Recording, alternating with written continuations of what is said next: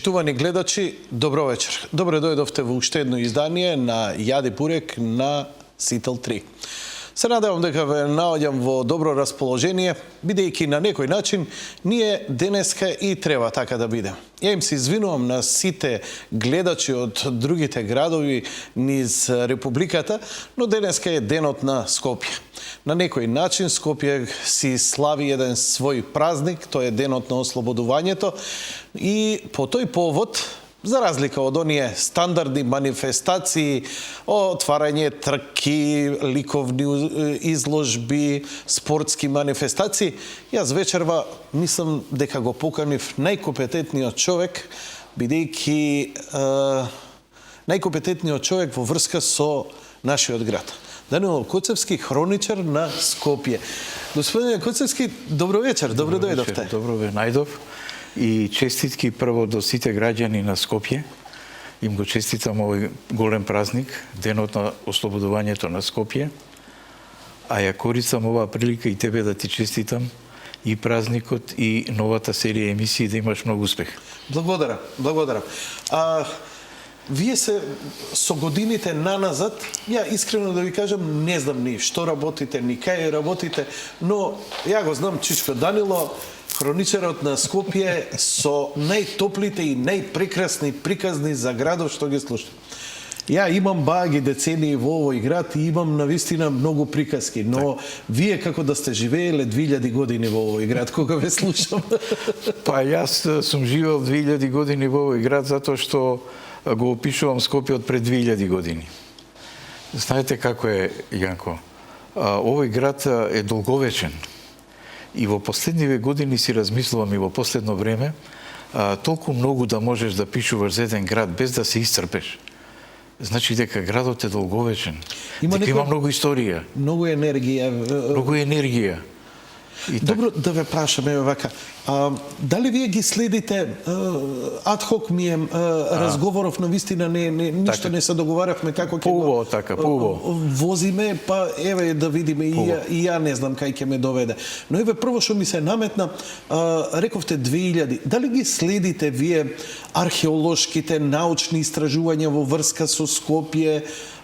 Што се, дали ги следите тие наоди историски и така натаму? И зашто рековте 2000? Скопје нема ли малце подолга некоја историја? Па има и подолга историја. Има и од 5-6 години и поназад. Ако ја сметаме историјата од Калето, праисторијата и така натаму, има и повеќе. Но се смета дека официјалната историја, да речеме, од Октавијан Август, од римското Скупи, од 14 година, пред нашата ера, од тогаш се смета дека градот Скопје со Скупи настанувањето, всушност почнува таа негова градска. Инаку е тој постар, многу постар е како град, но се смета од таа година дека еве има повеќе од 2000 години, од тогаш дури се одбележуваше таа 2000 годишнина пред неколку години. И мислам, значи мислата е дека знаете како, тоа е сериозна работа. 2000 години и повеќе, да речем, ако се вратиме и во праисторијата, морате да следите се. Од археологија, од записи. Јас сум имал страшни маки да дојдам до некои записи, до некои белешки, до некои... Затворен ли е тој круг? Знаете како е тоа, Јанко? Например... Или не се објавуваат тие дела? Тие се објавени некогаш. Па ги нема сите. Па некој ги има, некој ги нема. Па морате да ги барате по библиотеки. Некој ги земал. Подите по личности, по тавани, по каде и не ќе барате книга некоја стара, што вам ви треба. Така да јас кога почнав фактички тоа да го правам, имаше литература, се разбира, но многу помалку, да речеме, отколку што има денес. И тоа е ваша професионална обсесија? Да, професионал, да речем, условно професионална. Се занимавате со историјата на Скопје? Да, со историјата и со, да речеме, секојдневието на Скопје. Мислам, тоа е она што е убавото. Знам. Вие не го оставате само... Не патувате во времето назад. Вие се занимавате и со градбите денеска, што се гради, како се гради, давате своje мислење и така натаму. Доста интересно. И сега да ве прашам, ајде да почнеме од некаде. Од некаде. Знаете што ме збуни? Еве, прво што ми паѓа на памет кога би ве прашал за почетоците на Скопје, имам некое чудно, бидејќи јас сум сосема лаик и аматер. И она што сум ги прашувал, например, археолози и така натаму, луѓе кои малку подобро ја знаат оваа работа, но вие на некој начин сето тоа знаење го сублимирате. Па еве да ме прашам за Соет. Јас живеам некаде во центар на градот кај државна болница. И тука се градеше, соседот мој копаше некои темели, нешто градеше некоја куќа. Кога ги ископа темелите, обично тука негдека на 3-4 метра, наоѓаат доста на вода и има оној чакал како речен. Така. Открија скали. И се сеќам, чичко Ацо, стариот, и ми вика, вика Јанко, па овдека, вика, Вардар течел. И ја останав сосема збунет. Значи, сепак ајде долинава Вардар, каде што поминува, навистина чудно. Ја не можам да го потврдам ова како дали е научно така или не, но коритото на Вардар имало она, како викаат стручно, дрифт, се поместувало натаму, наваму. Така. И во право е човекот, добро ви кажал. Тоа е многу близко до водно. Вака сега, има тука две теории, од кои Вардар навистина течел малку погоре, но поверојатна е теоријата друга, дека ни Скопје, тоа малку Скопјани го знаат, и ти веројатно не ти е толку познато, дека целото Скопје, не само реката Вардар, било пред себе пресечено со јазови. Течеле јазови низ цело Скопје. Навистина? Еден од тие јазови... Вештачки правени јазови? Јазови кои биле краци на Вардар, да речеме. Добро. Еден се изделувал од Ѓорче Петров. Амстердам? Еден се изделувал од Ѓорче Петров, јас, одел на таа страна, кај што кажуваш ти, до падините на Водно, па свртувал на кај градот, па излегувал на Ново Мало, па на Маџар Мало, кај тебе се влеваш. Маџар Мало мој. Може да замислите кој е тоа приказ. Друг јаз. Ова се огромни зафати? Тоа се јазови природни кои природата ги создава, не само природни јазови? Да. Тоа си биле природни јазови. Друг јаз, например, одел, и тоа е фрапантно, не знам дали тоа го знаете. Не, кажете. Друг јаз одел на кај центарот, кај што е сега градскиот плоштад, кај што некојаш беше кино Младина и куклен театар, да речем кај што е сега Тихом зградата, од Срок центар. Така? Едниот тој јаз, значи, едниот одел горе, другиот одел долу, и замислете, Јанко, тука, во близината на таа зграда, денеска модерна од стакло, која речи си на плоштад, имало воденица. За кој период ова зборуваме? Ова зборуваме за период на 20 век. Навистина? Да. А од кога постоеле овие вакви јазови? Овие јазови постоеле многу одамна и со тек на времето тие се пресушуваат. Например, по стариве Скопјани што беа... А предпоставам ги користеле... За наводнување. За наводнување, а не како канализациони? Па не како канализациони. За наводнување, за перење? Да. Дури има, пази, во Скопје, она што помалку е познато, не се знае, многу било развиено бавчаванџиството. И кој ќе кажеш денеска бавчаванџија во Скопје, тоа е пар екселанс бавчаванџија, например, Фенеровци, Дишовци, тоа се цели фамилии кои биле бавчаванџи.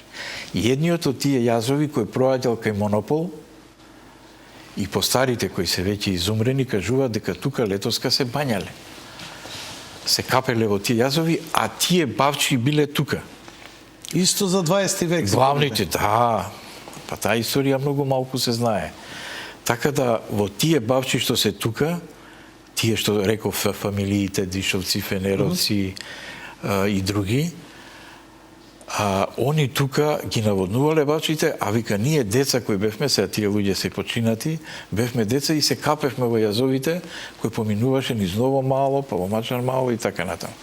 Овој јазот кој што поминувал од плоштадот, близина на плоштадот, тука кај што била воденицата на Галибек, да се знае името дека на Галибек била турчинот, таа се вливала пред Камени мост тој јаз. Значи, од тука свртувал лево и тука се вливал во камени мост. Друг јаз, многу славен, многу познат, е кај електродистрибуција.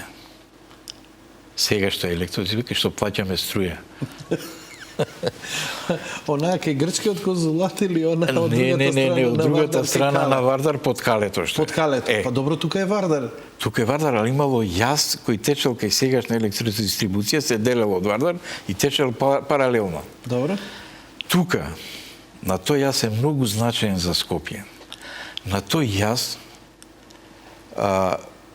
живееле познатите славни Шабан Паша браќа.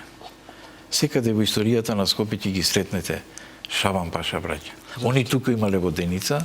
Зошто биле битни во историјата на Скопје? Многу биле битни во историјата на Скопје, затоа што тука имале своја воденица, после направиле млин, биле едно од најбогатите луѓе во Скопје, трговци, тргувале со брашно, и тие луѓе, верували или не, пред известно време ми се јави од град Скопје да им ги дадам тие податоци, а ќе ви кажам сега зошто.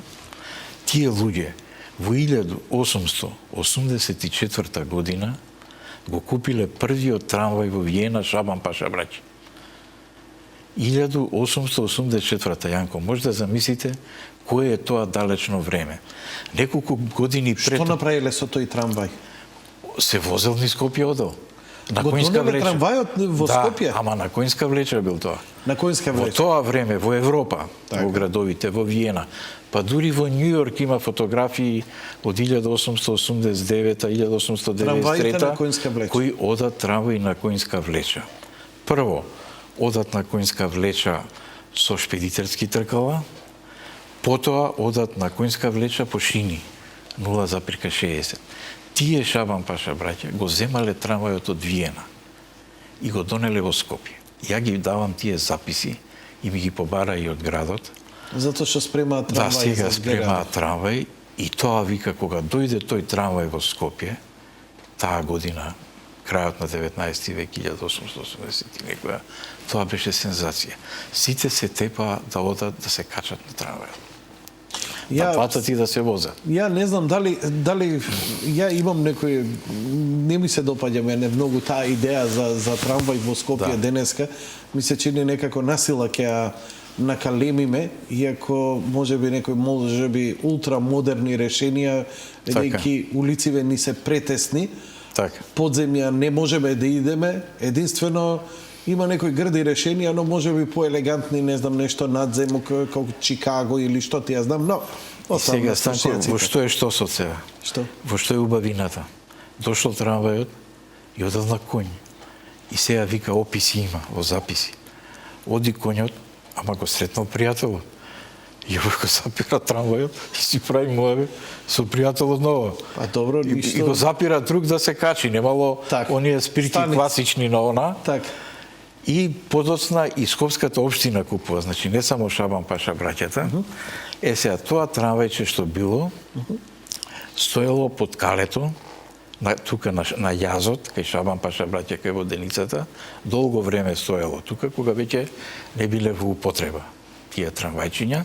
Потоа Скопската општина купува друг околу 1910-та, околу 1910-1908 и Скопската општина купува. Но како што секојаш има завидливост, па зошто овој го управува трамвајот, па под чие владение е трамвајот, и советниците на тогашната општина, да речеме на град Скопје, 1912 година, донеле одлука веќе да нема никаков трамвај во Скопје и никој да донесува трамвај. Значи, Скопје, кое било во тек со Европа, ама навистина било во тек со тие трамваи, такви се возеле насекаде. Значи, точно 100 години поминале. Од пусти его трип на крај... Его. И тој што бил на општината рекол, па чеки, јас сакам да имам трамвај, и тие потоа распалиле по вестници, како ти сакаш да имаш трамвај. Немало концесии и не успеале да го решат конфликтот. Сакам да кажам, кој зборуваме за историјата, за убавината на Скопје, за традицијата на Скопје.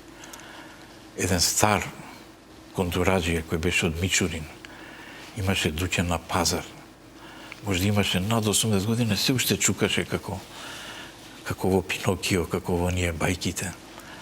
Јас правев разговор со него и ми велеше: знаете што, господине Драган, навечер во Скопска квечерина на Калдарма ќе се појавија Шабан Паша браќа, облечени, дотерани, додат во кино или театар и чукаа со бастумите по Калдармата.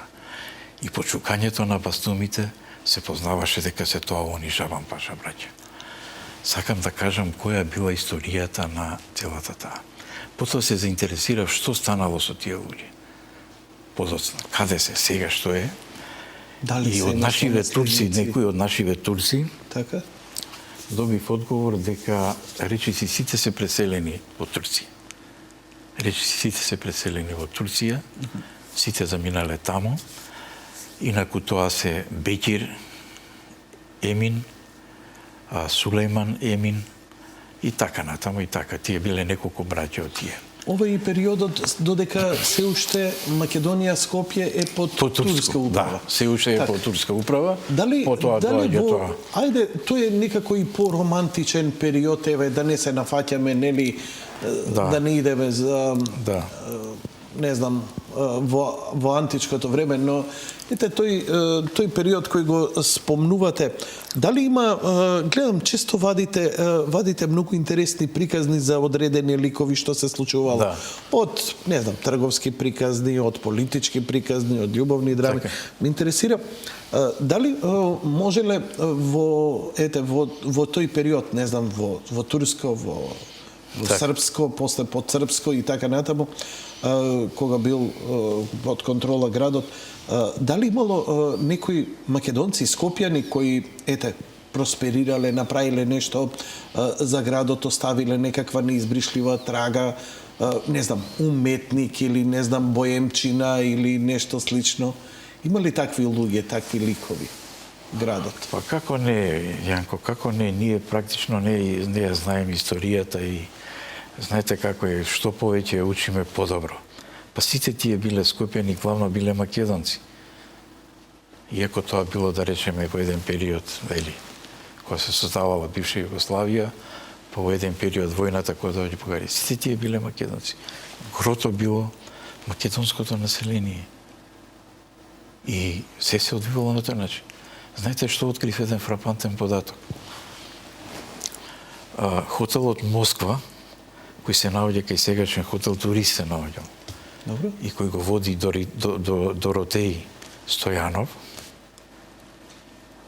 хотел Москва навечер, во вечерни часови, оди цело Скопје. Место за искачање и забава било? Место за искачање. И се ја открив еден податок. Интересна работа, во 70-тите и диското беше таму, во диското Турист беше и диското, многу, да. Многу популарно, ако не се лажам, така? Сега, во истото тоа место, да? И сега, да речеме условно, вечерта пее господја Шана. И народ... Чекайте, ова стварно имало некоја господја? Да. Како рековте? Шана. Шана. Да. Она беа пеачка со оркестар да, јас стрет. господј со оркестар. Која година збориме? Збориме за 30 години. 30-тите години. Ова е веќе најромантичниот период, можеби. И сега што се случува, што открив јас, ако внимателно следиш? Господја Шана.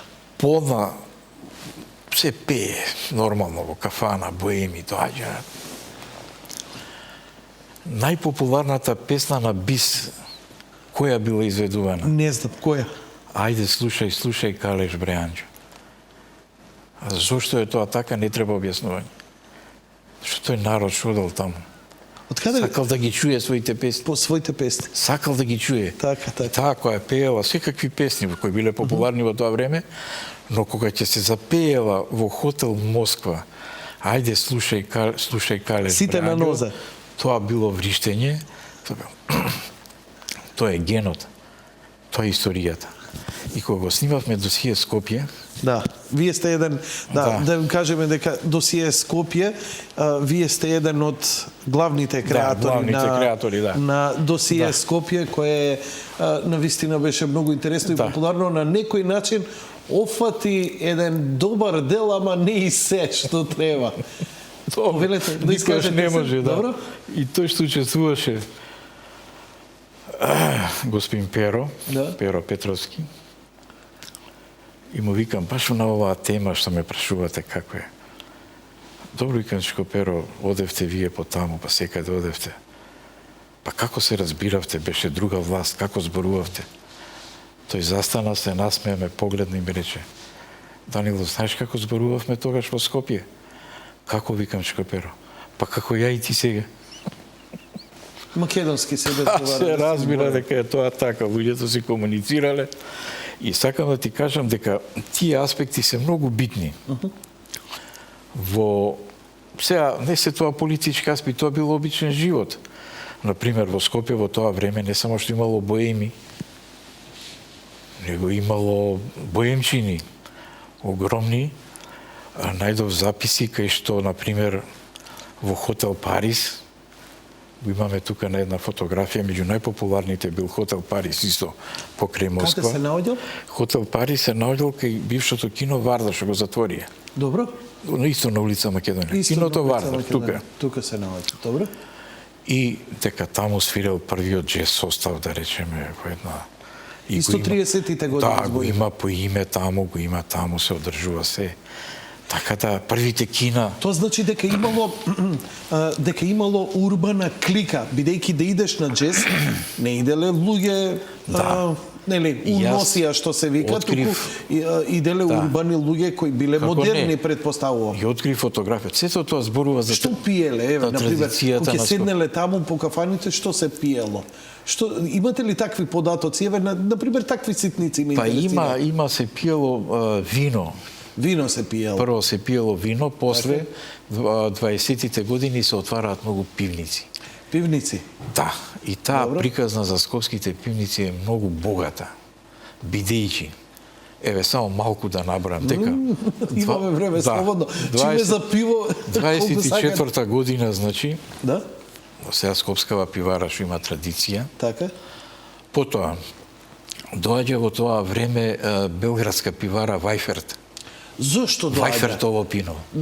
Вајфертово вино. Не, пардон, пиво, не. Вајфертово Вајфертово пиво пиво. било многу познато Во тоа време. во тоа време. Значи, скопјаните почнуваат со чесите, со чешки овие газди и мајстори, Така? па доаѓа Вајферт. Вајфертово пиво било меѓу најдобрите.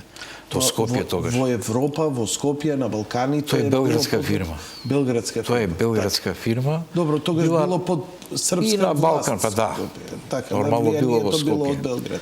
Имало Сараевска фирма за пиво, кој имало складиште во Скопје многу позната. Потоа, она што помалку се знае, за што ја го истражив, тоа имаше и еден напис,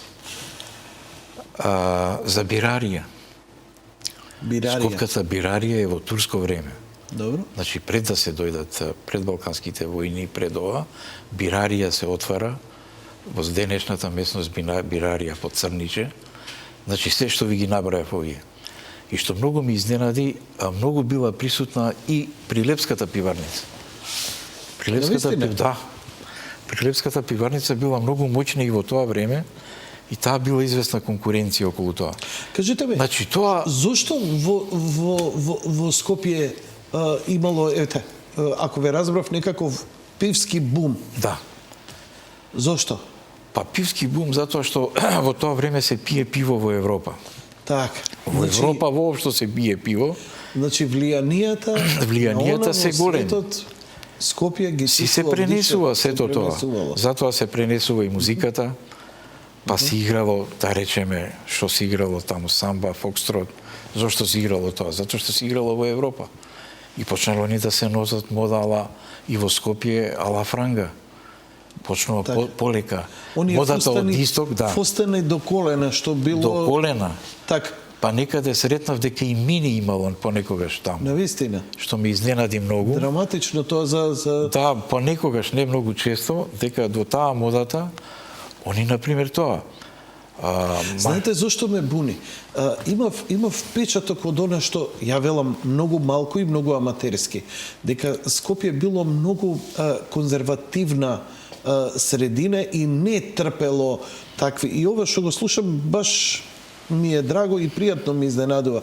Например, имам читано дека во 50-тите години иделе групи групи на млади момчиња и ако некој по улица го сретнеле со дигната крагна, со подолга коса и слично, го напаѓале, не му нанесувале тешки телесни повреди, али можел на лице место да остане и келав.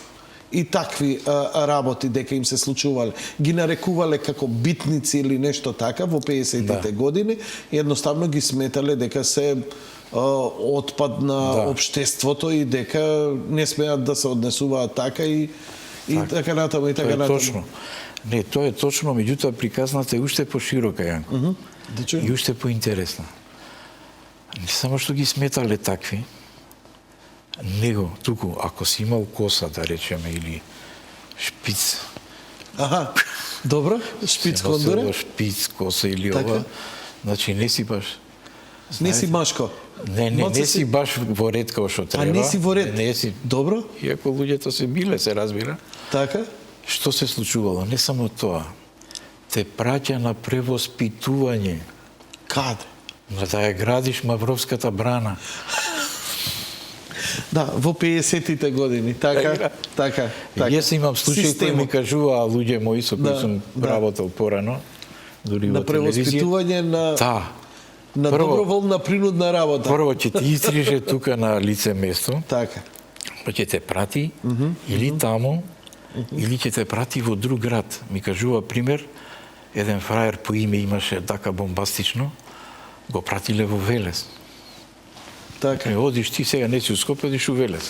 И таму во Велес седи известно време, што ја знам што се прави. Во Скопје тоа се случувало, еве, тоа се тие приказни. Во Скопје до Втората светска војна, помеѓу двете светски војни се градат доста градби кои доста отскокнуваат од оние трошни куќи со керамиди и така натаму, се градат згради, зданија кои онака му даваат кредибилитет на градот и кои се сеќам пред некоја година, вие ми го кажавте тоа дека барокот што е сега е сосема природна работа и дека Скопје има право да се повика на барок затоа што и во таков стил и се граделе.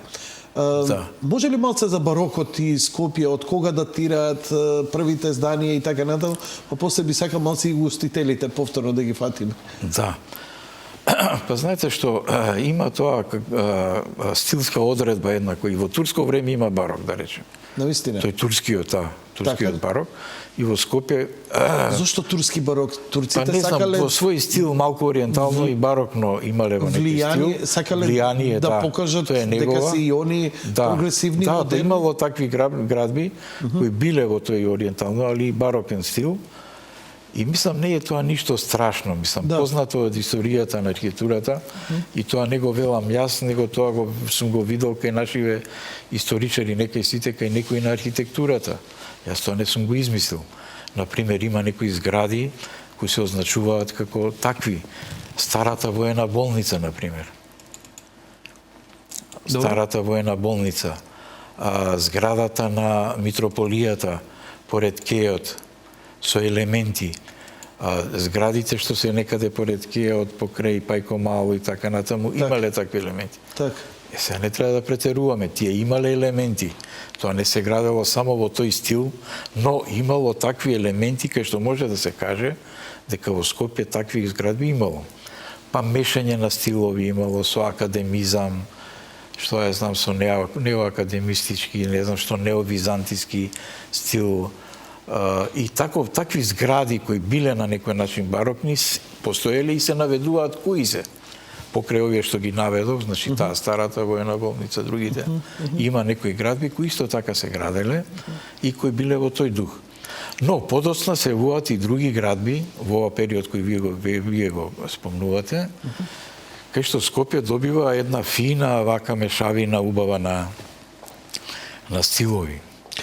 Кажете ми, еве за овој период до сега што го зборевте, каков град бил Скопје?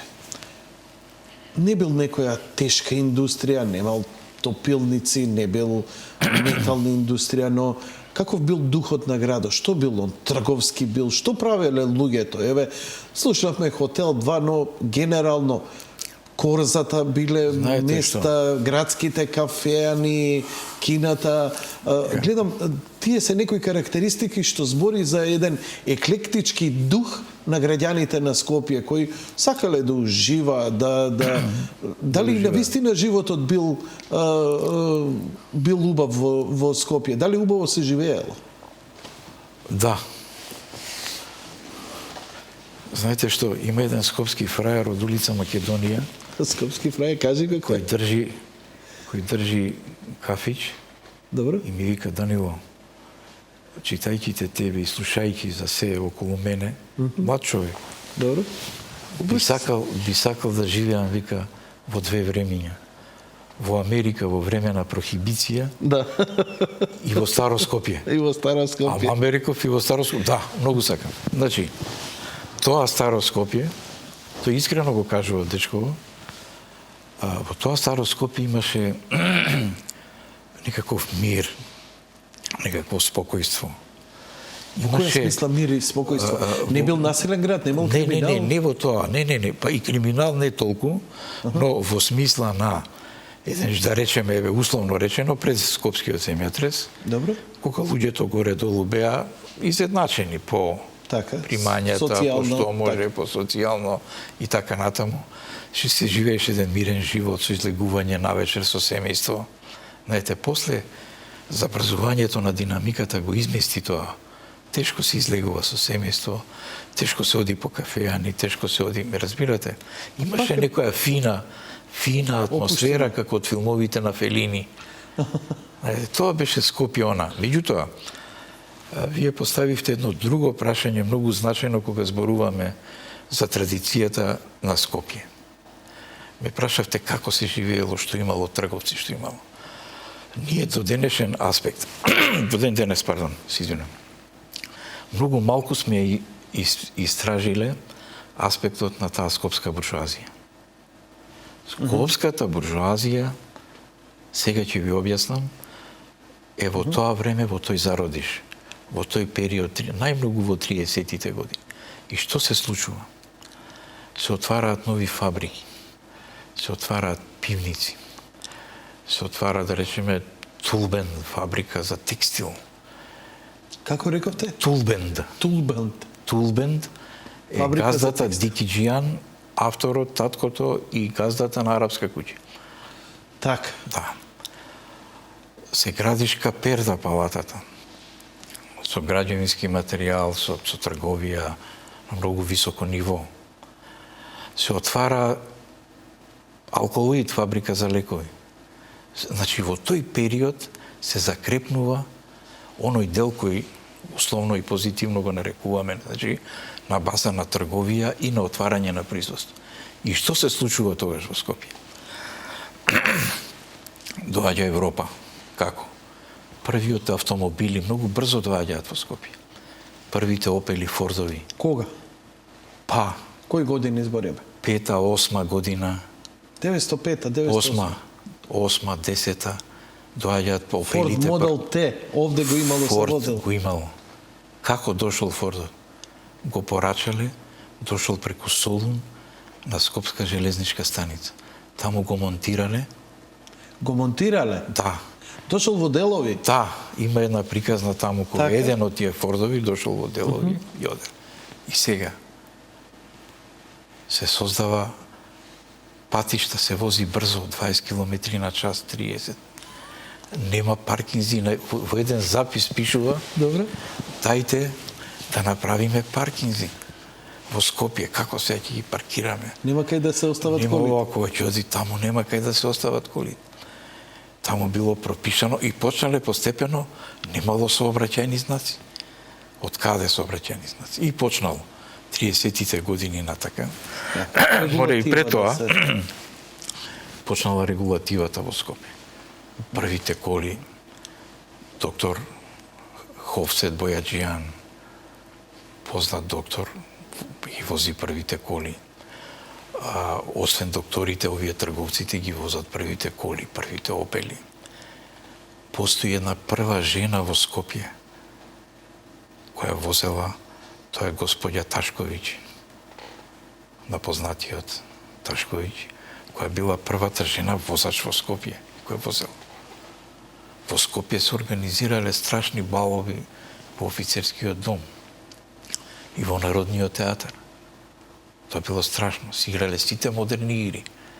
Убавиците од Скопското корзо, меѓу кои познатата Марица Шими, која била најпозната во Скопје во тоа 29-30 година. Зошто била позната? Па била многу убава, плюс тоа ги играла сите игри. Била најдобар танчер во тоа време. Так. И била хит. Била кралица на Скопското корзо, ја викале. А такви имало повеќе, да речем. Значи, прашањето, одговорот, се заживува таа скопска буржуазија. Заради автомобилите се отвара гаража работилница на славните браќа Поповиќи. Браќата Галич се занимаваат со трговија со железарија. Браќата Поленаковиќ се бават исто така со трговија. А тоа се луѓе кои веќе започнале да го крепат тој живот кој бил во Европа. Тие патувале во Европа.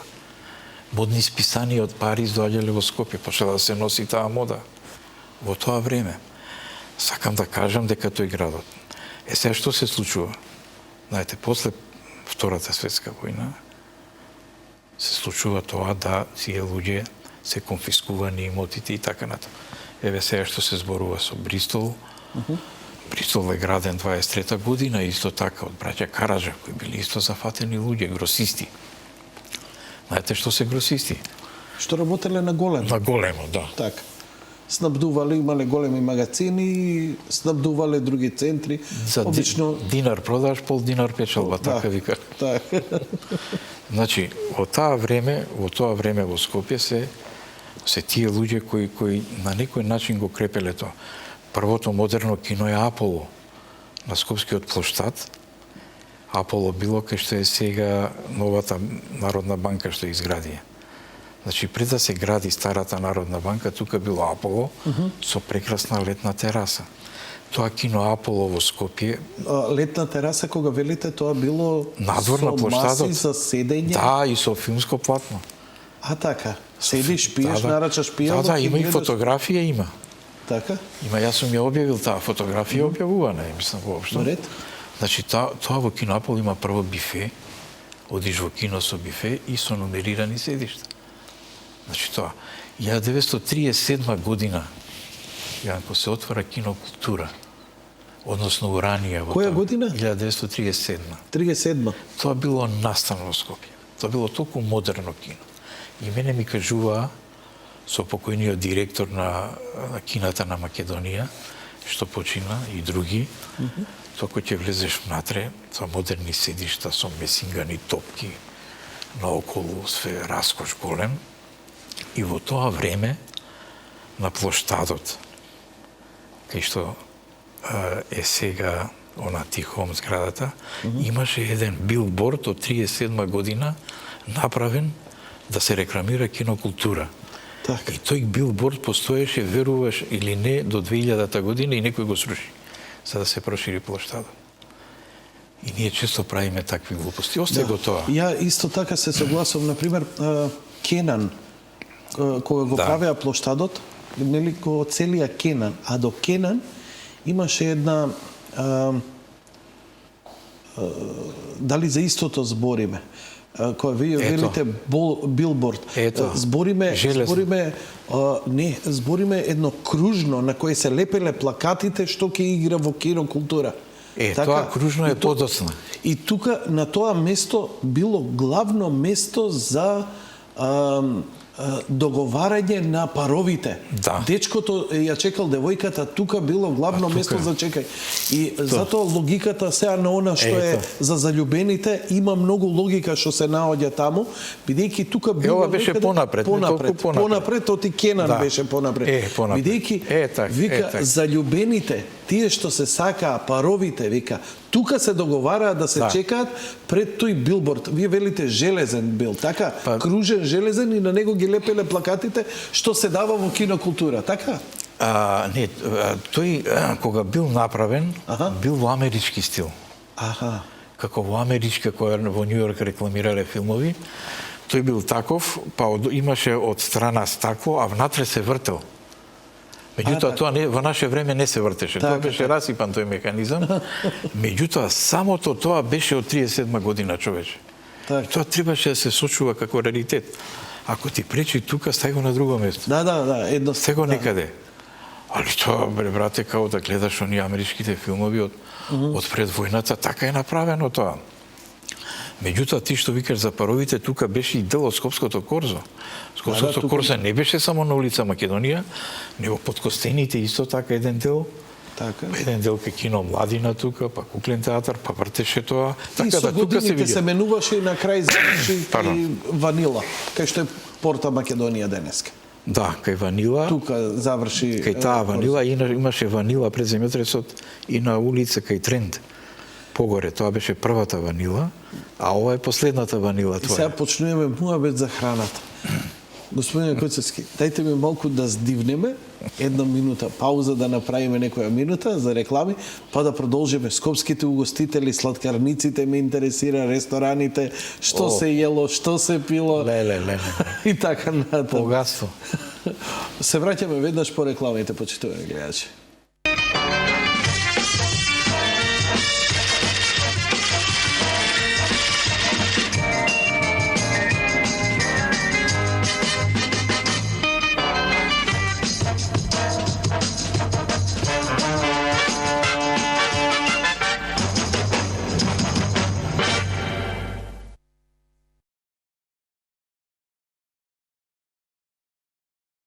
Поштовани гледачи, повторно во живо од студиото на Јади Бурек на Сител 3.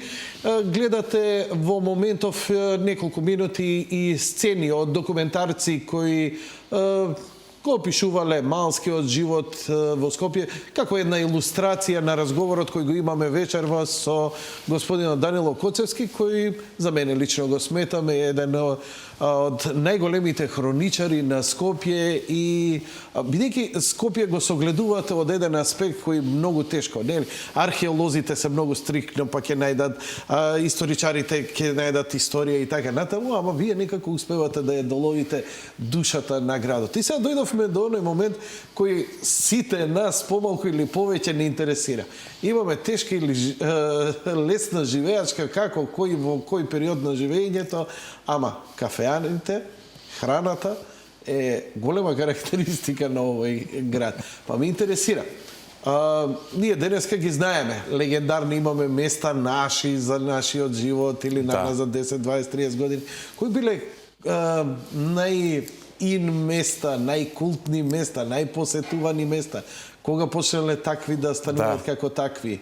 Обстанало ли нешто од нив и тие фамилии кои ги воделе? Повелете. Да, точно во право сте. Знаете што, ќе започнам со една мисла која луѓето малку ја знаат, а многу зборува за нас. Кога дошол Евлија Челебија, дури во средината на 17 век, знаете што рекол кога дошол да го опише Скопје? Да. Абе, рекол, овие скопјаниве многу сакаат уживања и забава. Што народ, вика, ќе беа овие, само се дадени на забава и на уживање. И тој уште тогаш забележал. Так. Ако може да се забележи и денеска, слично е во Скопје. Слична е ситуацијата. Лошо ни е, добро ни е. Ние сме по кафанава, по седењево, полни се сите. Одите во Париз на Шанзелизе, секој време ќе најдете место. Так. Или на Трокадеро. Ама на улица Македонија нема да најдете место никако. Или на Скопскиот кеј. Значи, таа традиција... Зошто е тоа така? Зошто е тоа така? Веројатно Челебија го погодил менталитетот на луѓето. Ја мислам дека има во менталитетот нешто. Не, ама зошто бил таков менталитетот? Зошто било таква традиција? Затоа што се изродил како трговски град, па бил богат и па можеле луѓето да си дозволат. Што работеле луѓето, што заработувале? Еве, ајде, не мора да идеме во времето на Евлија Челебија, но да идеме, барем 20 век. Во 20 век, значи, најпознати кафеани во Скопје, кои се многу фреквентни, да речеме и некаде, а уште во 19-тиот век, пазите, најфреквентни се две кафеани кои се наоѓале во близина на железничка станица, се викале Турати и Европа. Турати, Што значи слобода. Слобода? Да. На кој јазик? Па не знам, веројатно на турски е, не знам на кој јазик е. А и Европа. Нив ги воделе двајца италијани. И се што се случувало таму? Се градела пругата. Пругата железница е отворена 1873 година. Добро. Доаѓале во Скопје инженери, технички лица, интелектуалци. Сите седеле во Турати и еден патепи се звели. Не можам да се изначудам што уживање прават овие луѓе, а има едно пиење, еден пијалак кој најмногу го пијат и уживаат во него и се вика мастика. Аха, мастиката им било откритие. Мастиката им било откритие и тие луѓе, меѓутоа во тој крај, не знам колку знаете, Јанко, се наоѓале сите амбасади и конзулати во Скопје. Кој крај? Крајот околу старата железничка станица, пред неа, околу хотелот Бристол на кај Зелено пазарче. Тука биле амбасади? Тука биле англиската, италијанската, се. А тука бил и хотелот Турати. Так.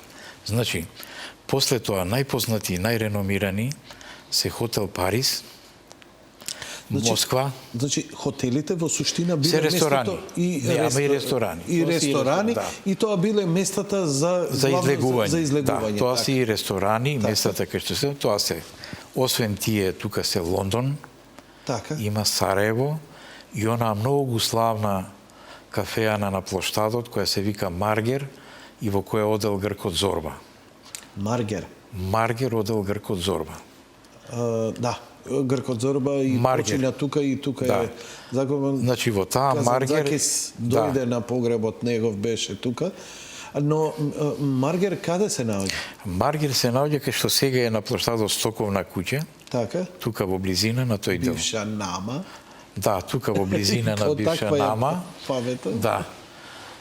Значи, тие кафеани Маргер, овие што ги има Лондон, исто кафеана, овие што ги наредивме другиве, тоа се кафеани кај што се излегува во Скопје.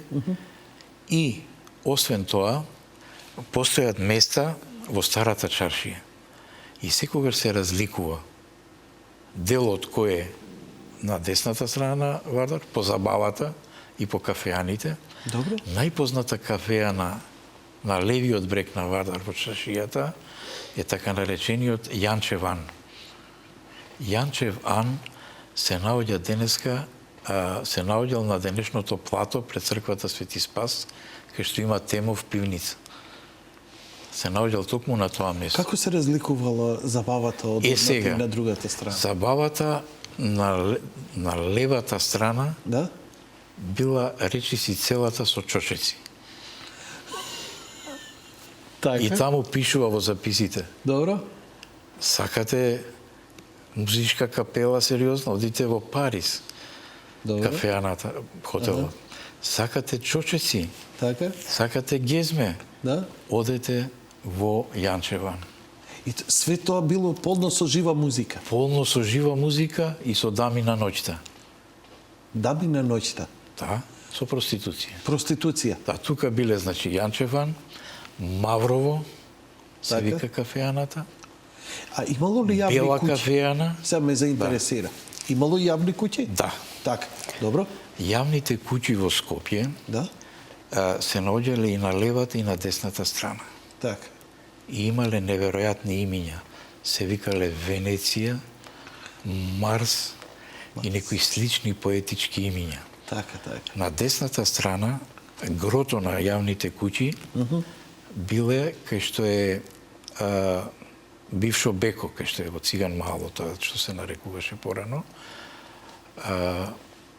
Бившо Беко, знаете каде е, Јанко? Сега кај што... Бившата грчка амбасада што беше порано. Не. На Даме Груев улица. Добро. Па некаде кон железничката станица. Добро.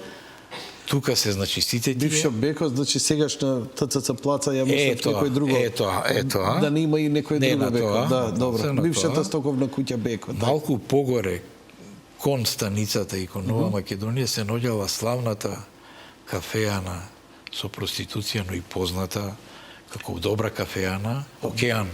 Океан? Да. За Бристол имаше за Бристол исто дека и Бристол бил такво. Да, за Бристол, но Бристол беше подоцна, ќе ви објаснам. Так. Се во ова кафејаната Океан, значи тој во тој комплекс на проституција на десната страна на Вардар. И таму го викнале, тоа е страшно приказна роман да напише човек, Никола Мартиновски. И му рекле: "Господине Никола, дали би нацртал ти некоја еротика тука?" Со оглед на кафејаната.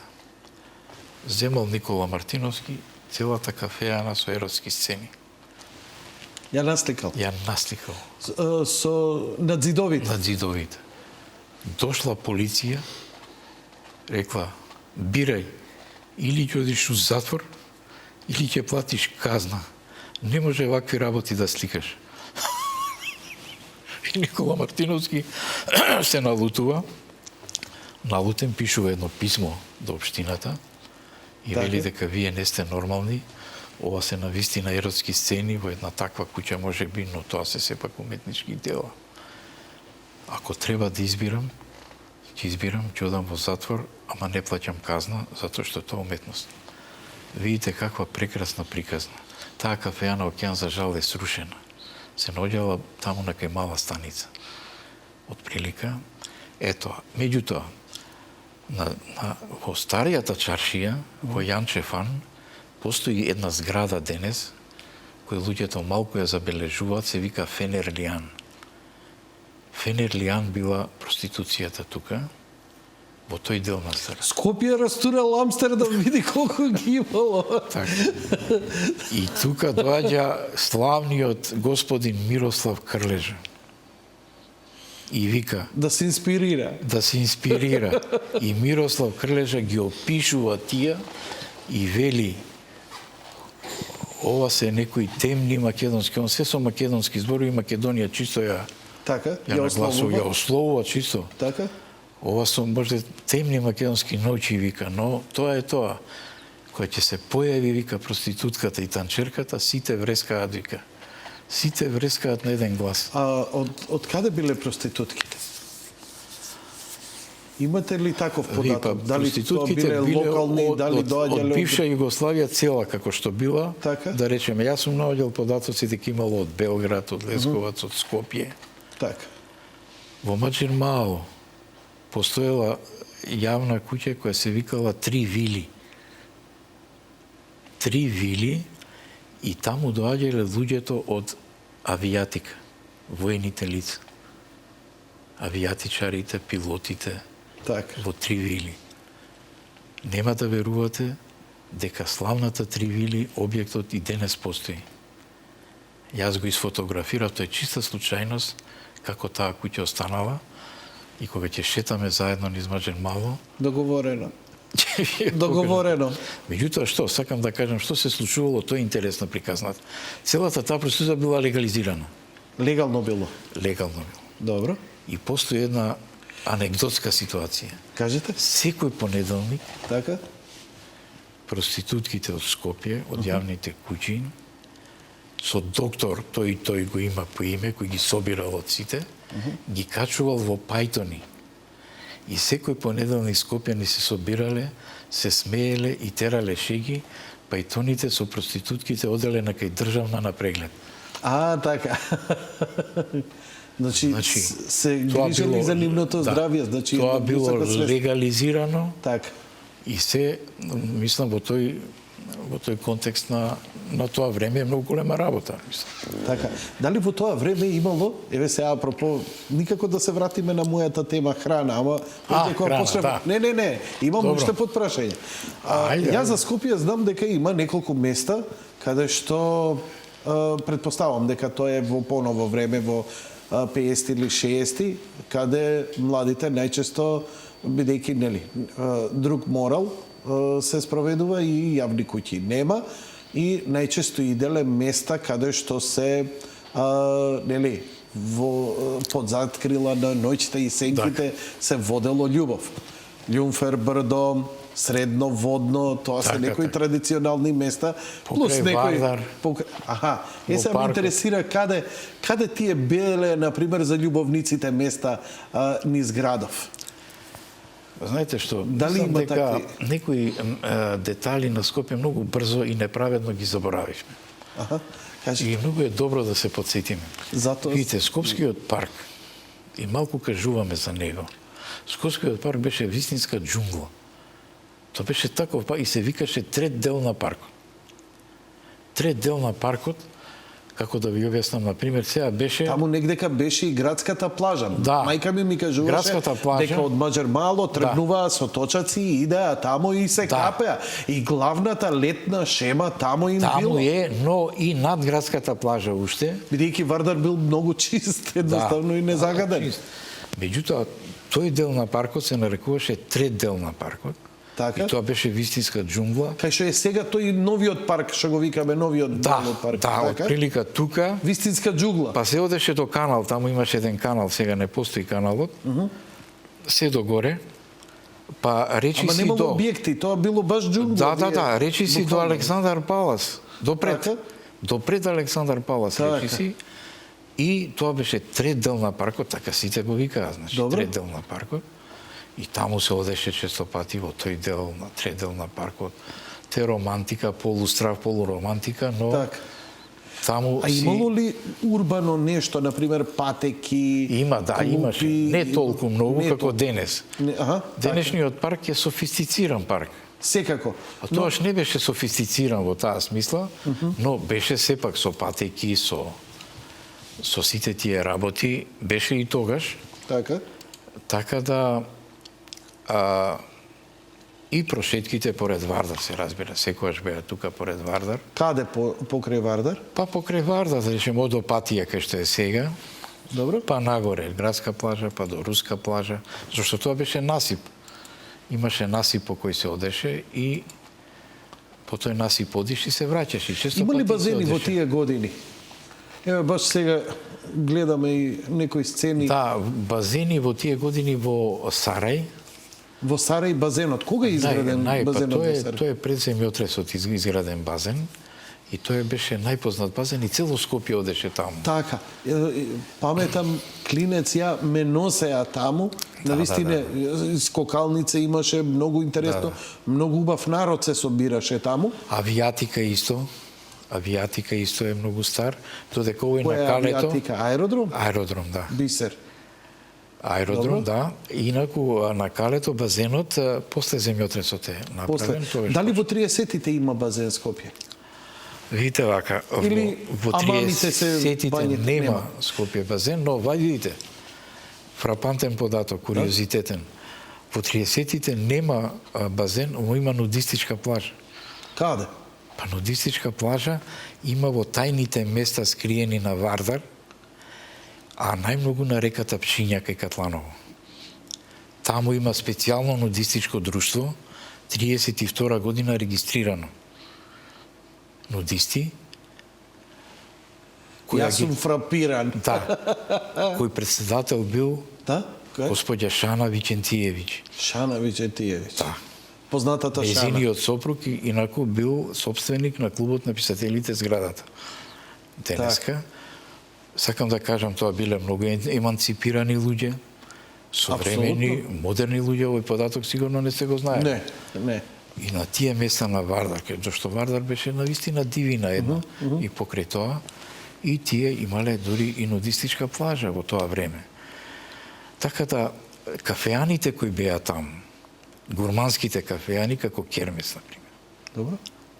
Еве сега да го земеме јадење, кермес. Да. И сега, еден пријател ми кажува... Знаете што ме интересира? Еве, кој ќе почнете за храна да зборите. Денеска, ја разбирам, Скопје има традиција на ресторани, на добра храна и така натаму. Но збориме за време кога немало многу фрижидери. Да. Каква храна се подготвувало? Што било ин? Дали оваа скара која толку Скопјани многу ја сакаат на ќумур, месо на ќумур, или се јаделе манџи, или не знам какви други специјалити. Што било? Дали имате такви сознанија? Еве да фатиме од 20 век, вака како се движи тоа? Вака најпрегледно како е сликата, значи. Бидејќи нема фрижидерите, доаѓаат доцна. Знаете што служи за фризер? Па крајот на 50-тите години. Крајот на 50-тите години. Да. АЕГ, да речеме, купени од некаде ваму таму. Јас имам пријатели кои имаат АЕГ и денеска работи, денеска. А тоа нема што да се расипе тоа. Ма тогаш. Германец го изгледал. Сега, овој податок сигурно не го знаете. Не, кажете. Нема фрижидери, нема ни. Што служеше за фрижидер? Подрумите. Во подрумите беа ладни. Имаше подруми кои се прилично длабоки. Но ја мислев дека тоа е претежно за пушено месо, не само за сувомеснати производи. Тамо јас сум гледал, имаше некои подруми со вака или чадено, обтегнати вака. Така? Специјално направени од платна, кај што се чува понекогаш и храна, се чува и тоа. Меѓутоа, најбитното за храната, ако не го кажеме тоа, ништо не сме кажале за храната во Скопје. Кое? Тоа е следното. Целото Скопје беше ишарано со фурни, каде што луѓето си носеа тави, турлитави, манџи во фурна. Дома да не го готви? Дома да не го готвиш. Секое мало имаше по 2 фурни дури.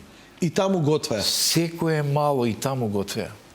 И сега скопските фраери... Тоа се плаќаше? Се плаќаше. Ке му платиш на газдата? Фурнаджијата огромна лопата, така, загреа на фурната и ги вади тави кои ќе ги извади да ти е милина. Ама и сомуни ваделе они предходно, така?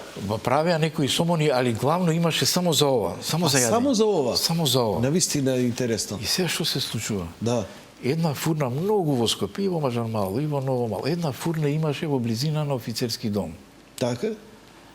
Таа се викаше улица Ленински комсомол. Како? Ленински комсомол. Ленински комсомол, добро. И сега имаше фурна.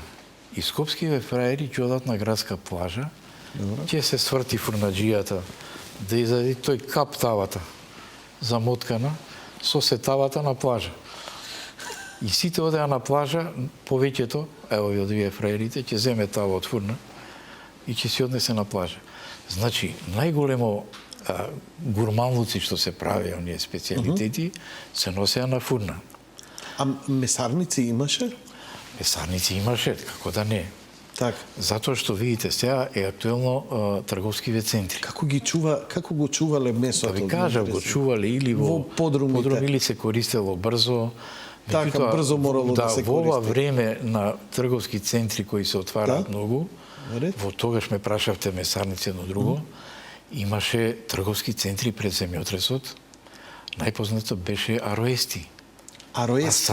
Пасажот Ароести, кој беше наспроти стариот театар, од другата страна кај поштата. Значи, таму можеше да се набави се што имаше продавници, имаше месарница, имаше слиткарница. Допред земјотресот? Допред земјотресот се урна тој пасаж. Така. Потоа се отвори таа Нама, па се отвори стоковна куќа дури 62 година. Ама Нама немаше храна? Не храна не, но народен магазин. Во пасажот имаше продавници кои што можеш да купиш и главното купување беше на Битпазар. На храна, на Битпазар. Битпазар имаше храна која може да се купи. Добро, по рестораните, што беа специјалитети во градов? Што се нудеше? Кебапи, плескавици, колбаси, печено месо, чорби, турлитави, што? Вака. Или не јадел по ресторани народот поише пиеле по кафана? Мора да се каже дека по ресторани се излегуваше не така често. Да речеме, ако излезеш со семејство, ќе одиш во кермес. Добро. И во кермес, што викаше мојот пријател, кебапчето мириса од кермес до француски гробишта горе. Да. Вика, тоа е мирис милина. Да. Значи, таму ќе си порачаш што ти се јаде. Меѓутоа, после земјотресот излезе мода, кај што ние изигрававме малку фраери, па се појавија јадења, да речеме, одевме во Гранд Хотел, бечка шнисла, така. Па изиграваш малку запад, па тартар бифтек, Така. јадеш, значи веќе почна да се појавува Да, покасно хотел Панорама, Гранд хотел Панорама, а пред тоа значи беше тука во тоа. Така. Главно, потоа се отвори огниште долу во Гранд Хотел. Да. Од тие рестораните. А огниште што беше? Огниште беше национален ресторан во Национален подрумот на ресторан. Гранд Хотел. Долу, така да тие После 80-тите диско го направија. Потоа што се јадеше? Селско месо. Така. Излезе мешано месо, селско месо, мешана скара и така натаму. Добро, скарата кога готвеле, не знам, почеток на 20 век, рестораните 30-тите години, исто тоа било храна на ќумур? На ќумур готвеле и Да. така. Видите се, кога спомнавте 20 век е друга работа. Тогаш храната вака било. Кажете. Тогаш во 20 век почеток, особено во првите децении, има така наречени ахчилници. Ахчилница. Ахчилница што значи? Што? Ахчилница е кафеана, ама со готови јадење. Така.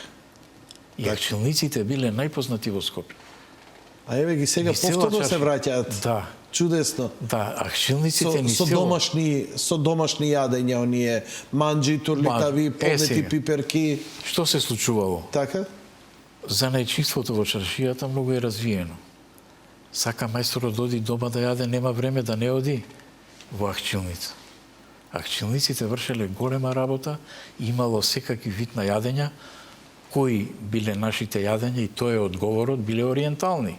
Так. Имало и во тоа време имаш сарма, имаш полната пиперка, имаш бамји. Од кога ќе се Дека скопските бамји се извезувале кај султанот во Истанбул.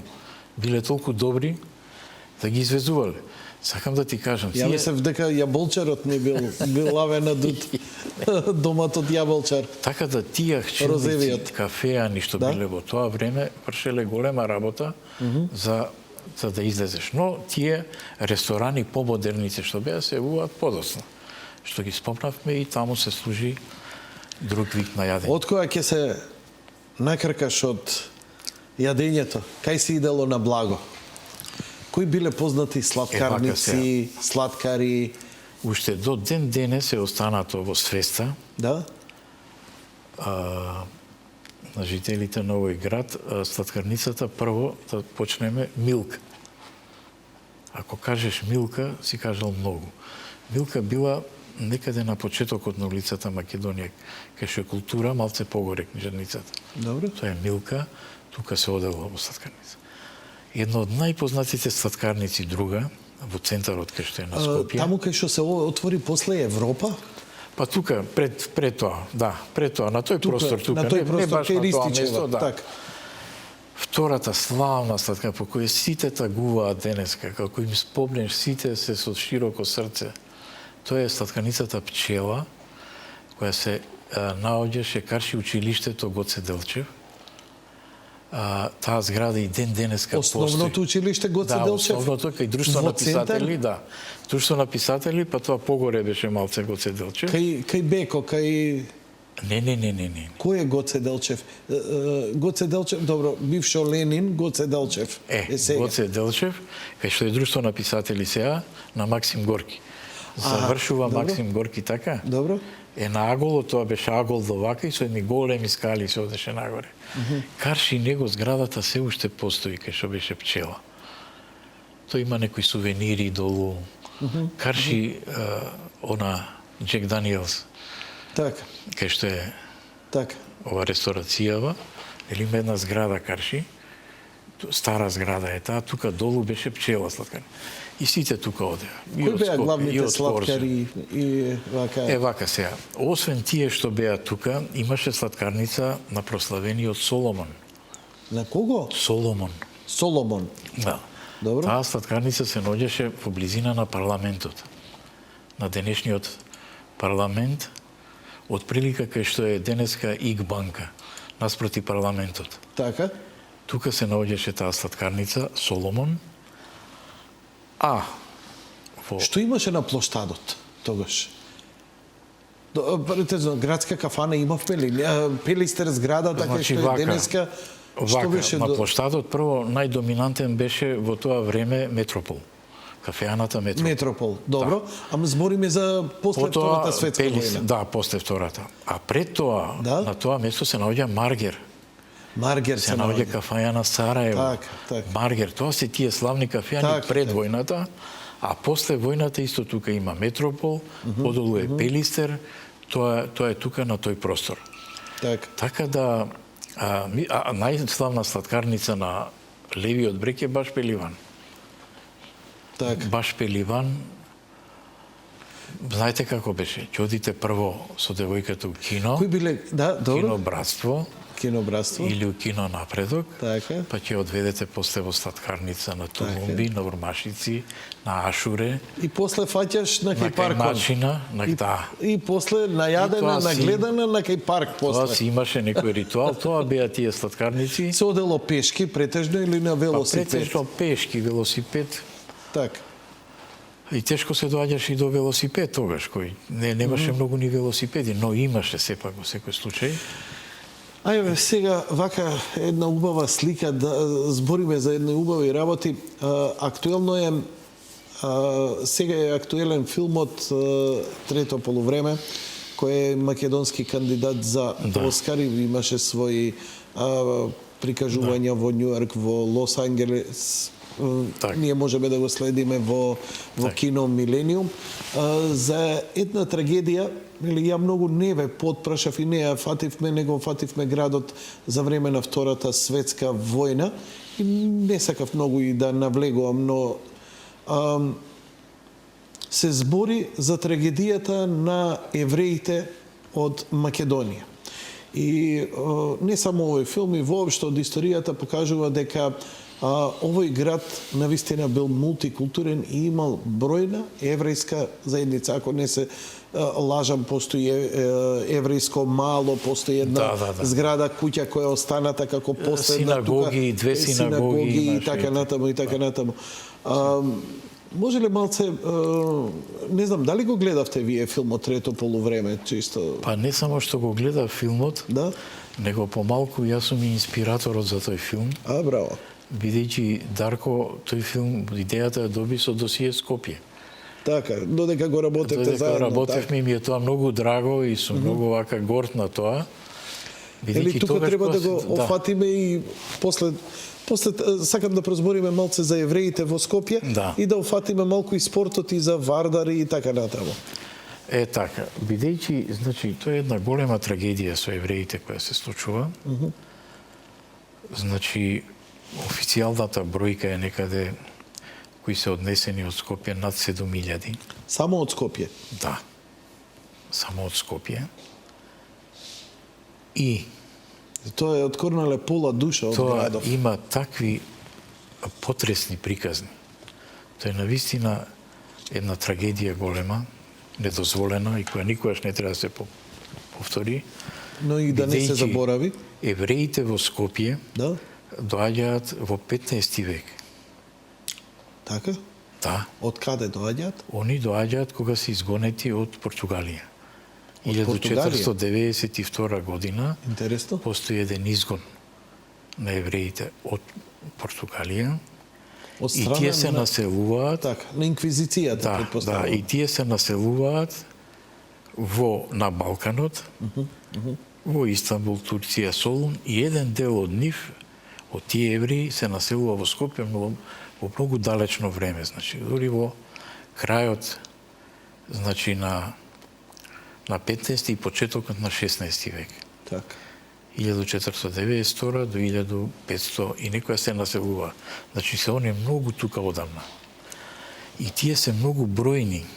Имаат и свое мало, имаат и се. Така да погромот што се случува во Скопје, тој ден, значи, кога е во март месец, 1943 година, се водат во монополот и јас сум слушал лично, ми имаат раскажувано безбројни приказни како тие луѓе се водени, се малтретирани. Интересно е дека пред тоа веќе се наслутувало дека евреите ќе доживеат прогром. Се наслутувало пошто им рекле се да продадат, парите што ги имаат да ги депонираат во банка, се што имаат имот, луѓето веќе почеле да се сомневаат и тоа кобно утро тие сите со една рација се одведени во монополот. И таму, после немало неколку никај дена... да се бега.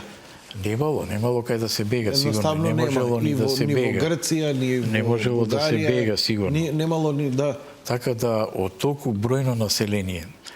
Меѓутоа, еве, во Чаршија, например, јас знам, постојат уште еврејски дуќани на евреите. Навистина? Да. Јас сум влегувал во нив. Дури... Што биле национализирани или Да, наследени се тие? одземени, не. Потоа, одземени се тие, бидејќи тие не биле присутни. Немало И токму никој на да ги наследи. семејството Ароести, што ви кажав, неговите деца се пребегани, потоа, мислам, се преселени во Америка, и ми кажува луѓе од Чаршија дека повремено доаѓаат и ги гледале дуќаните.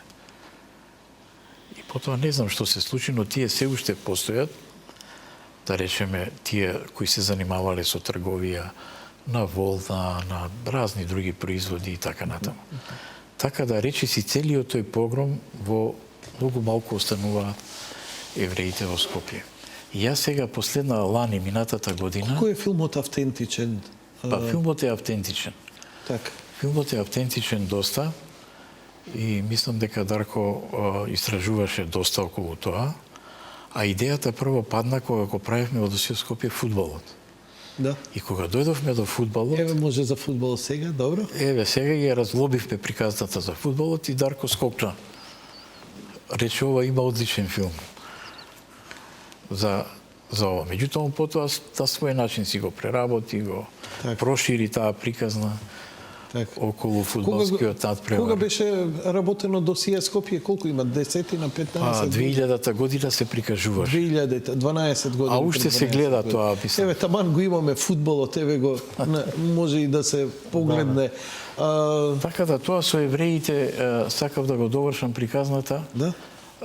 Сега пред известно време ми се јави еден човек од Маџермало, кој е сега веројатно најстар маџермалец, и ми рече, знаете што, господин Данило, имав еден голем пријател, се викаше Алберт Асео.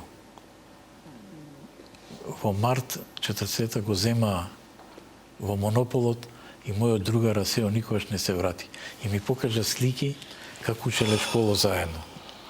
И јас тие фотографии ги објавив и успеав дури неговото име да го најдам во пописот на евреите кој е правен, кои се депонирани во монополот. И човекот беше пресреќен, дури се расплака, бидејќи еве после толку време се потсети на тој случај и така. Така да тој живот бил особено, например, имаше една синагога, потоа две синагоги има еврејски во Скопје. Има еден богат живот на евреите во Скопје. Открив податоци дека тие, да речеме, најчесто оделе во Париз, кафеаната, тоа била нивна омилен простор. И така, дуќаните кај им биле, што било и така натаму. Господин Коцевски, ја би сакал накратко да ги отворам телефоните. Ме интересира... Па немој, да не се задржиме многу. Добро, затоа што може би некои дополненија новија разговори ми се јавуваат од време на време, некои стари скопјани кои ќе кажат по некоја интересна... Многу ќе се одложи тоа. Друг пат, во друга прилика. Во друга прилика и онака доволно заглавивме. Добро, да. Добро, затоа што, знаете, они сепак ќе ми се јават, ќе го коментираат ова, нема да ви имам вас, а ја не ќе можам да го направам. Добро, интересно, еве, ме интересира уште една работа. Евреи, турци, албанци, македонци, срби, особено изразено во 30-тите години пред Втората светска војна. Денеска Скопје инсистира и по своја политика оваа држава, нели, на мултикултура. Дали тогаш исто така градот живеел во таа мултикултура или имало онака поделби да живееме едни покрај други, а не едни со други. Каков тој живот бил помеѓу самите граѓани на Скопје, а ете од различни националности? Видите, јас можам да ви кажам што се вели од прва рака. Бројните мои истражувања, што сум ги правил многу со години, покажуваат дека секогаш сме живееле во таа мултикултурна средина.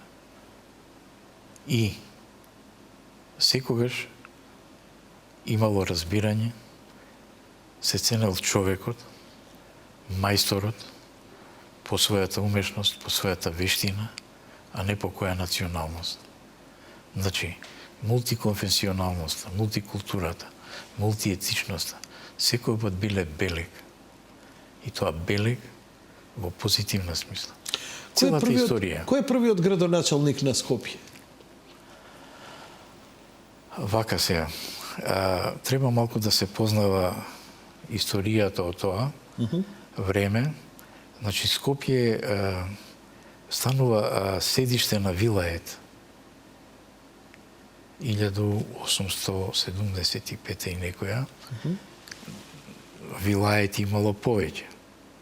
Да речеме, може да опфаќале тие вилаети делови од Косово, делови од Јужна Македонија и така натаму во тој простор. Меѓутоа, потоа почело да има и градоначалници. Некаде кон крајот на 19 и почетокот на 20 век.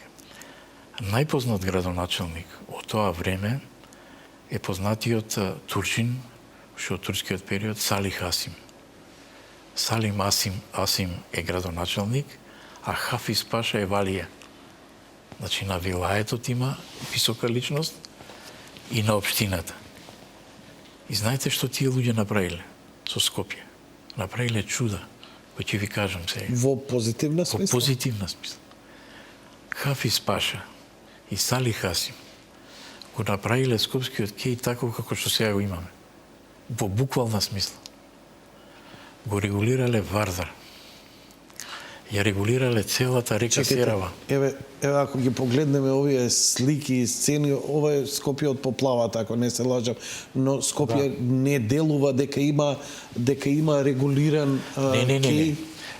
Кејот како што е сега, тогаш е регулиран 1896 година. Добро. И по првите години од 20 век. Ова со бедемот што е, пред тоа немало ништо. Немало ни тоа. Така да и за тоа време тоа била голема заштина. Второ, реката Серава е регулирана од Битпазар до влевот во кај Гранд Хотел. Е покриена. Отворена беше само на просторот на Чаир.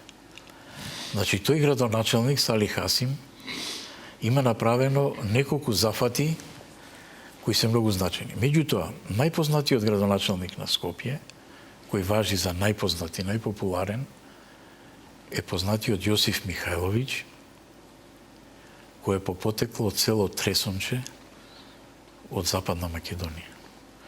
Јосиф Михајловиќ е еден висок интелектуалец, архитект по професија, велат англискиот го зборувал како мајчин јазик, одел со цилиндар.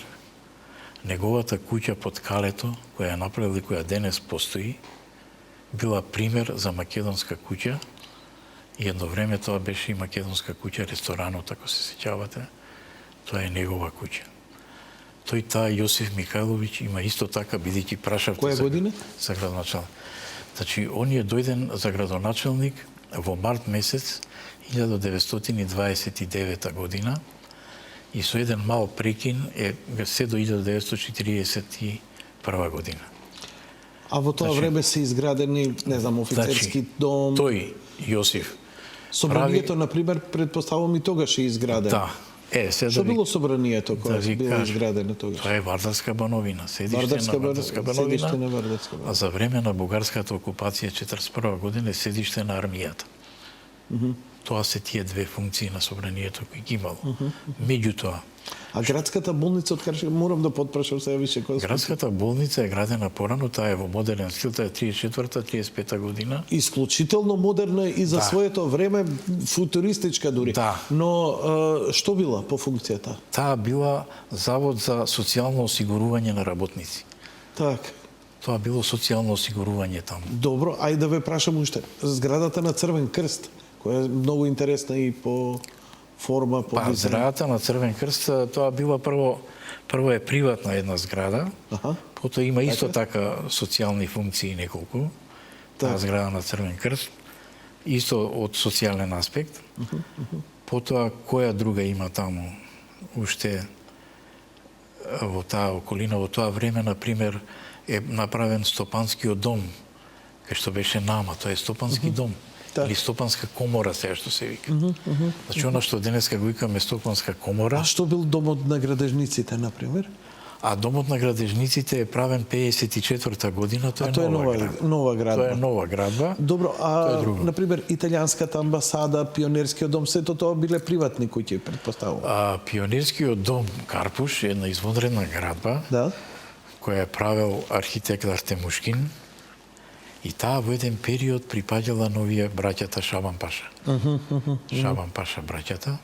Потоа имаме, значи, арапска куќа. Пазите, во арапска куќа која е градел Дикиџијан трговецот, а после војната таму живееле во арапска Димитар Влахов, адвокатот Филота и разни други личности, вака живееле во арапска. Филот? Таткото на овој сега што е. Таткото на овој познатиот. Да, овој познатиот. Така, од тука Димитар Влахов, Даре Джамбас и разни други личности поистоки живееле тогаш таму. А во куќата на Јосиф Михајловиќ, од село Тресунче, господинот, кој стварно бил господин, живееше Кемал Сейфула едно време. Така да сите тие објекти, еве Шкаперда Палатава се менуваше неколку пати. Беше академија, па амбасада и така натаму и така. Значи, интересно, дали е точно, например, за населбата Топана, дека името го има добиено затоа што имала кула, дека тоа никогаш бил центар на градот, не знам колку векови наназад, дека имало кула со топ која точно напладне со експлозија, со истрел на топот означувала пладне. Дали сте зашто таа населба се вика Топана? Дали ова точно? Сега ќе ви објаснам. Тоа е точно, меѓутоа приказната е многу поинтересна и поширока. Да чуеме и нека биде за крај. Да, вака, значи Топ Хане на турски значи куќа на топот. Така. Куќа на топови. Арсенал. Има две верзии, значи. Дека тука, кога доаѓале турците, минувале, ги чувале топовите на своето вооружување. Меѓутоа, според другата верзија, која исто така точна, веројатна, дека тука и се лиеле топови. Значи, прво се чувале, се лиеле тука топови на војската. Значи имало топилница, значи имало фабрика, Да, и тоа со докази има. Железара. Има луѓе кои го истражувале тоа и докажуваат дека имало тоа и ги чувале и се лиеле топови, а пукањето било вака еден составен дел на тој дел на Скопје. Бидејќи тој дел на Скопје таму бил погоден за тоа и таму отсекогаш имало или се чувале топови, например било касарни, воени, имало коничка касарна таму, исто така се викала коничка касарна, па и до ден денеска значи постои. Ајде да ве прашам, центарот на градот. Да. Не можам да го завршам, муабетов ми да доаѓаат во се интересни прашања. Центарот на градот ние од секогаш го перцепираме плоштадот. Дали од секогаш бил центарот на градот Скопје? Не. Не? Значи центарот на Скопје, плоштадот, е оформен после Првата светска војна. Добро. А до тогаш? До тогаш води улицата Македонија или тогаш Јени Џаде во Турско од старата железничка станица, тоа било улица се до мостот. Добро. Има фотографии кај што се гледаат куќи. Нема плоштад. Така. Значи од железничка до мостот има куќи се. Добро. Лево се вртело за Идадија. Така. После Првата светска војна тоа имало мала ширинка некоја, али не било тоа никаков плоштад. И тука има една фотографија кај што се гледа. После Првата светска војна се оформува плоштадот. Се чисти тој простор, се прави плоштад После А прва. 23-та година... Еве збориме пред 5 века. Дали тоа турската старата чаршија уствари била? Не. Пред 5 века да речеме, не таму знам немало, пред 5 века на тој простор немало ништо. Од оваа страна Дури на Вардар... на почетокот на 19 век таму нема многу работи. Збориме оваа страна... Пред 5 века е само Бурмали џамијата, која е изградена 1495 година. Ништо друго нема. Нема ништо и тоа е главно. Скопје е главно на левата страна на Вардар. На левата. Потоа, 19 век, крајот на 19 век, особено почеток на 20 почнува, значи плоштадот 23-та година се поплочува со каменот, со коцката од кисела вода, со крупен камен, каменоломот од кисела вода. Кога доаѓаат бугарите 1941 година, им сметал тој крупен камен да маршира војската и 42 година бугарите го заменуваат со таа коцка која ние заменивме пред 10 години. Тоа е историјата на плоштадот. Интересно. Да, значи таа коцка што ние ја сменивме со овие плочи е поставена 42 година. Кога се поставува првата железничка станица? Првата железничка станица е отворена 1873 година. На кој простор? Кај што е сега. Старата железничка. Старата железничка. Да, тоа имаше друга зграда. Помала зграда. Така? А оваа сега што е стара железничка е започната да се гради 38 година. Кога се гради оваа нова градба, имам видено една фотографија, железничката станица што беше погодена од земјотресот, нели? Старата железничка станица. На просторот сега каде што е Рамстор, имала една зграда која има облик на коцка, нешто слично како НЛБ сега што е изградена. Што била таа зграда? На неја место, она беше точно, беше кај што беше и овој здравствениот дом железничарите. Но претходно што беше таа коцкаста зграда? Таа зграда беше фантастично убава. Да. Прекрасна зграда. Тоа беше пошта 2. Тоа беше пошта 2. Значи пошта 1. Така. Ваму кај што кажавме, кај што пасаша Равести беше, кај дрвеното мовче кај театарот, а пошта 2 беше тука. Добро, гравитира ли нешто спрема водно? Еве, од улица Железничка, кај што е клиничкиот центар, тој предпоставувам се гради... А вака се ќе ви кажам. Што има тука тој? Клиничкиот центар е изграден во 1929 година. Тогаш тој почнува и е завршен тој главниот дел.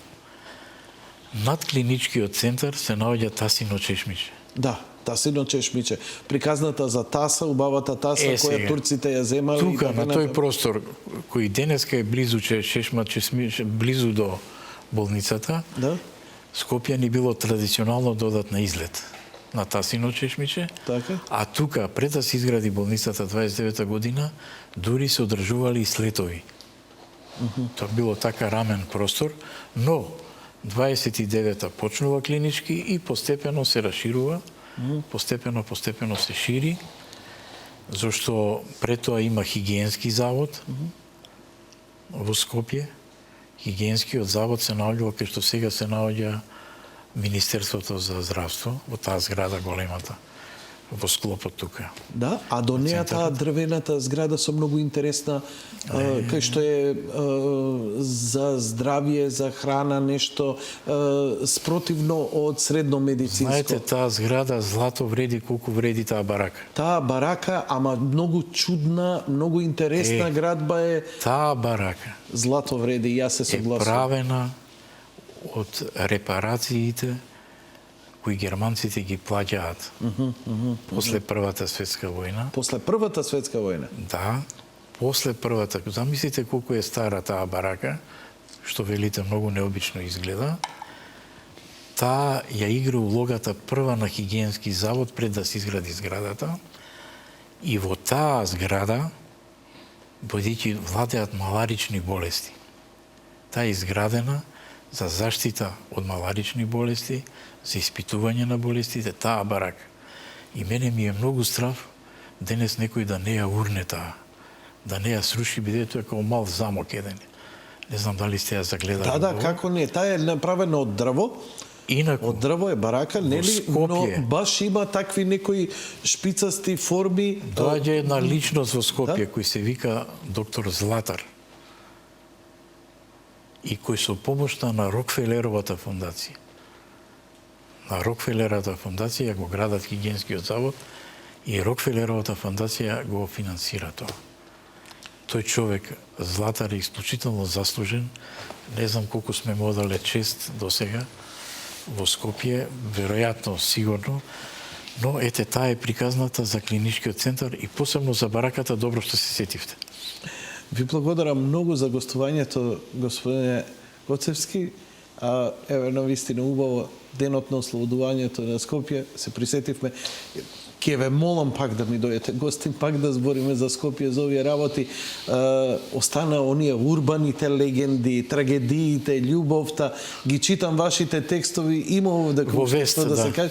И сакам да дојдете, да ги отвориме телефоните, да ги слушнеме скопјаните и они што ќе кажат, па да ги искоментираме тие работи. Прифаќам со задоволство и ви благодарам што ме поканивте и бевте многу инспиративни во разговорот.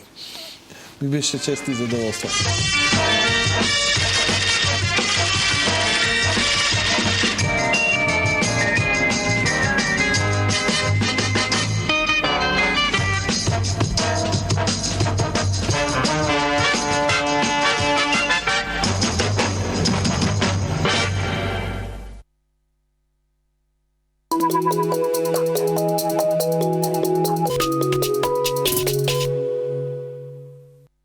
Програми наменети за целата публика.